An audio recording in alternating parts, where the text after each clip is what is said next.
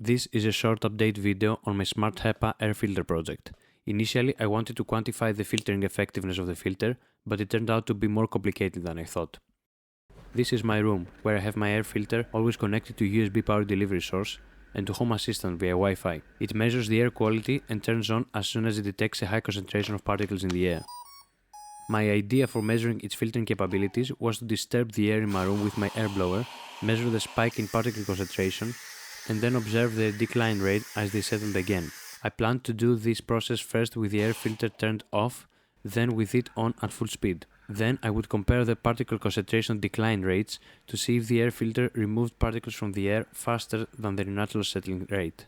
This didn't work as expected because apparently the blower fan did not move enough air to make a significant difference. I did notice a spike in particle concentration, but it was quickly overwhelmed by the air circulation from my passive heater radiators. So instead, I will show you the state of the filters after 1 month of non-continuous use. My Home Assistant code turns on the filter when the particle concentration goes above 50 micrograms per cubic meter, which according to many organizations is a threshold above which the air quality is not considered good. The air filter turns off again when the concentration drops below 25 micrograms per cubic meter.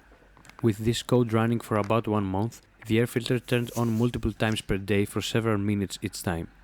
The condition of the filters is what you see here. Their color has definitely shifted to grey. This is more obvious when compared to the brand new filters I'm about to replace them with.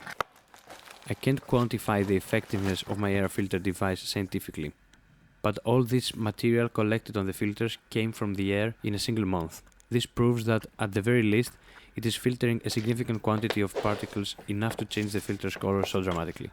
By the way, you can also see how easy the filter replacement process is.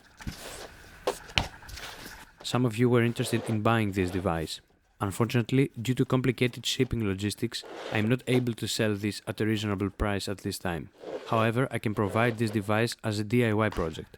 I have organized the design files into DXF files for laser cutting the wood panels yourself at your local machine shop, STL files to print them on your 3D printer if you have a large enough build plate, a detailed bill of materials, and assembly instructions so that you can source all the required parts and assemble it yourself. As you can see in my previous video, it's quite a simple and beginner-friendly build. You can get this along with several other projects and products from my official online store. Thank you for your support and thanks for watching.